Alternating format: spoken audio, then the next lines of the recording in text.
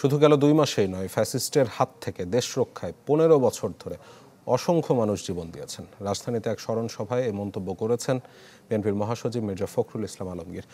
গুলশানে দলের চেয়ারপারসনের কার্যালয়ে পাকিস্তান হাইকমিশনারের সাথে বৈঠক করেছে বিএনপি। পরে দলের স্থায়ী কমিটির সদস্য আমির খসরু মাহমুদ চৌধুরী জানান যে দক্ষিণ এশিয়ার সার্বিক উন্নয়নে পাকিস্তান সহ সবার সাথে সুসম্পর্ক বজায় রেখে কাজ করতে চান তারা। বলেন, কাউকে বিশেষ সুবিধা না দিয়ে পাকিস্তানের সাথে ব্যবসা বাণিজ্য চালাতে হবে।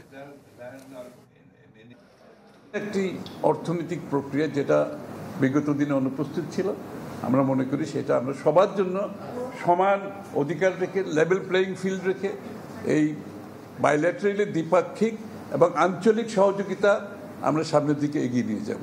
এই সংগ্রামে শুধু এই 2 মাসের জন্য শহীদ হয়েছে তা নয়, 15 বছর ধরে অসংখ্য মানুষ শহীদ হয়েছে